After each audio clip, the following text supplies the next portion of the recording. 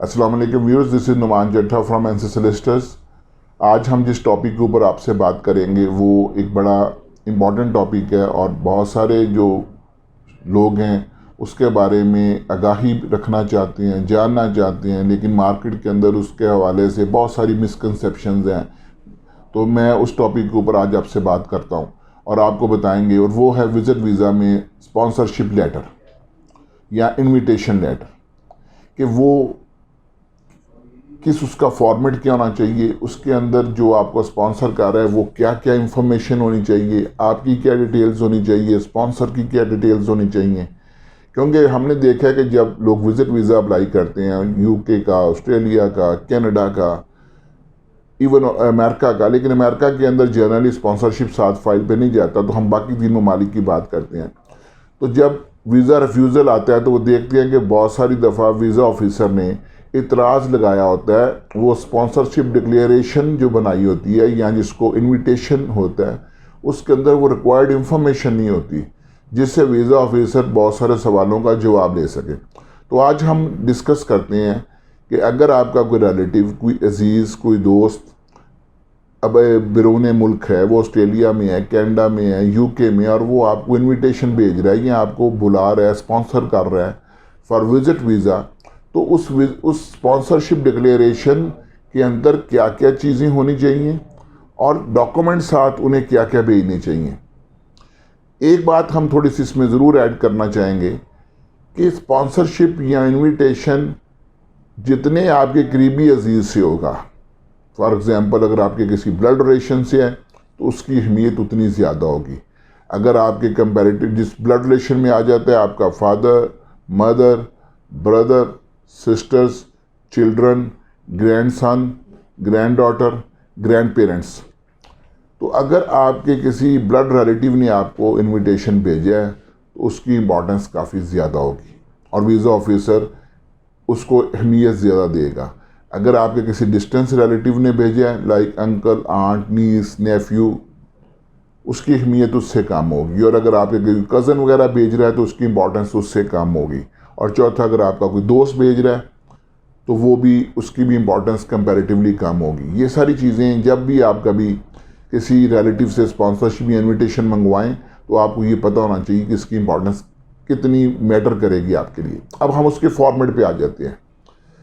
Format के अंदर ज़रूरी है कि जो बंदा आपको इन्विटेशन भेज रहा है वो उसके अंदर अपना स्टेटस बताए, जिस मुल्क के अंदर है। अगर वो यूके में है तो वो बताए कि उसके पास यूके में स्टेटस क्या है, वो नेशनल है, वो परमानेंट रेजिडेंट है, या वो किसी वर्क वीज़े के ऊपर है, जो भी उसका स्टेटस है। सेकेंडली, वो उसके अंदर बताएगा वो कर क्या रहा है, उसकी अपनी वो जॉब कर रहा है, वो बिज़नेस कर रहा है। उसके अंदर वो उसे अपनी एनुअल इनकम भी बतानी चाहिए कि एनुअल इनकम क्या है, वो कितना अर्न कर रहा है। दूसरा इंपॉर्टेंट पॉइंट, वो उस इनविटेशन के अंदर ये भी बताएगा कि वो जिस घर में रह रहा है, जो इनवाइट कर रहा है आपको कि आप उसके पास आके रहेंगे, तो उस घर के कमरे में कितनी कैपेसिटी है। क्या कोई, अगर आपको अकेले को इनवाइट कर रहा है तो क्या उसके घर में इतनी स्पेस है कि वो एक मेहमान उधर आके ठहर सकता है। और बाज़ दफ़ा हम उन्हें कहते हैं कि लोकल कौंसल से एक लेटर बनवा लें। अगर लोकल कौंसल से नहीं तो आप ऑक्शनर से लेटर बनवा लें कि ये जो मिस्टर ए हैं, जो अपने किसी रिलेटिव को स्पॉन्सर कर रहे हैं, इनके घर में इतने कमरे हैं, इतने लोग रह रहे हैं और इसके अंदर इतने मज़ीद लोगों के रहने की गुंजाइश है। इस तरह वीज़ा ऑफिसर को ये भी पता चल जाता है कि जो आपके इनवाइट कर रहे हैं, जो स्पॉन्सर कर रहे हैं, उनके पास सफिशेंट अकोमोडेशन है आपको अकोमोडेट करने के लिए। और उनकी इनकम से ये पता चलेगा कि वो जो आप उनके पास रहेंगे तो वो आपके खाने पीने का खर्चा बर्दाश्त कर सकते हैं। They have sufficient funds, they have sufficient savings, और या दे हैव सफिशेंट इनकम। उसके साथ वो आप उस अपने स्पॉन्सर की, यानी जो आपको इनवाइट कर रहे हैं, उसकी बैंक स्टेटमेंट भी अगर हो और उसमें अगर फंड्स पड़े हुए हैं तो वो भी एक प्लस पॉइंट होगा। वो अपने बिजनेस या जॉब के डॉक्यूमेंट्स भी साथ आपको भेजेंगे, अपना स्टेटस इन यूके का प्रूफ भी भेजेंगे, जिसमें आ जाता है पासपोर्ट। अगर नेशनल नहीं है तो वो जो भी उनका स्टेटस है उस वीज़े की कॉपी साथ वो लगा के भेजेंगे। तो ये सारी चीज़ों से वीज़ा ऑफिसर इस बात को अंडरस्टैंड कर जाएगा कि क्या जो बंदा आपको इनवाइट कर रहा है उसके पास इतने रिसोर्सेज और इतनी अकोमोडेशन है कि आप उसके पास रहें और वो आपकी मेंटेनेंस को अफोर्ड कर सके। ये इम्पॉर्टेंट पार्ट है और अक्सर ये होता है कि ये प्राइमरी इंफॉर्मेशन मिसिंग होती है उसमें स्पॉन्सरशिप डिक्लेरेशन में।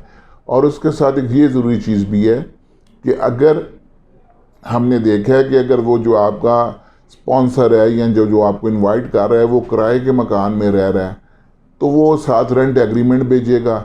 अगर उसका अपना है तो वो आपको ओनरशिप डॉक्यूमेंट भेजेगा। और जब वो किराए के मकान के अंदर जब वो रेंट एग्रीमेंट भेजते हैं तो ये चीज़ इग्नोर कर देते हैं बहुत सारे लोग, ये इवन के जो कंसल्टेंट्स जो वीज़ा फाइल करते हैं और जो एप्लीकेंट्स हैं कि बाद में उसमें क्लॉज लिखी होती है कि जो ऑन लैंडलॉर्ड है उसने उसमें क्लॉज लिखी होती है कि ये जो टेनेंट है ये मेरी परमिशन के बगैर किसी और को पास नहीं रख सकता। तो वो ज़रूर पढ़ें, जो भी डॉक्यूमेंट्स आप स्पॉन्सर के आए हैं वो आप अपने कंसल्टेंट को, अपने लॉयर को, जिसको भी है उसे दिखाएं, थॉरोली रिव्यू करें कि क्या उनमें कोई ऐसी चीज़ तो नहीं जो आपके केस के कंट्राडिक्टरी जा रही हो। तो ये स्पॉन्सरशिप डिक्लेरेशन के साथ ये मैंडेटरी डॉक्यूमेंट्स होते हैं। जब भी आपका कोई रिलेटिव, आपका दोस्त, आपका ब्लड रिलेशन आपको स्पॉन्सर करने लगे तो मेक श्योर करें कि ये डॉक्यूमेंट्स भी साथ आएँ। और इट इज़ मच बेटर कि अगर ये तमाम डॉक्यूमेंट्स इंक्लूडिंग स्पॉन्सरशिप डिक्लेरेशन उधर नोटराइज्ड हों नोटरी पब्लिक से। Notary public means a lawyer authorized to notarize the documents. ये तमाम डॉक्यूमेंट्स अगर आप लगाएंगे तो वी कैन अश्योर या वी कैन बी कॉन्फिडेंट कि उससे आपके स्पॉन्सरशिप ऊपर या आपको जिसने इनवाइट किया है उसके ऊपर ऑब्जेक्शन नहीं लगेगा कि आपने सफिशिएंट एविडेंस नहीं दी अपने रिलेशन की। आपको हाँ एक चीज़ जो मैंने इसमें मिस की कि वो जो स्पॉन्सरशिप डिक्लेरेशन उसमें वो क्लियरली मेंशन करें कि आपका उससे क्या ताल्लुक़ है और ताकि उसे ये भी पता चल जाए। तो ये चीज़ें जब आप प्रॉपरली उसको अपने विज़िट वीज़ा में तमाम चीज़ें अटैच करेंगे तो वी बिलीव कि वीज़ा ऑफिसर को कोई रीज़न नहीं होगी कि वो आपकी स्पॉन्सरशिप को वो आप इस स्पॉन्सरशिप के ऊपर कोई इतराज़ लगा सके और वो कहे कि we are not satisfied that your sponsor या तो कैपेसिटी नहीं रखता या इंटेंशन नहीं रखता या इनसफिशिएंट एविडेंस है। मेरा वी थिंक वी होप कि ये वीडियो आपको पसंद आएगी और अगर आप विज़िट वीज़ा अप्लाई करना चाहते हैं तो you can contact us, we can process your visit visa application. और अगर आपको हमारी ये वीडियो पसंद आई है we request you to subscribe our channel ताकि हम इस तरह की तमाम टॉपिक्स के ऊपर जो अपडेट्स लेके आएँ आपको उनका मिलता रहे, मैसेज मिलता रहे और आप अपने इंटरेस्ट की वीडियो को देखते रहें। Thank you very much for your time and patience. अल्लाह हाफिज़।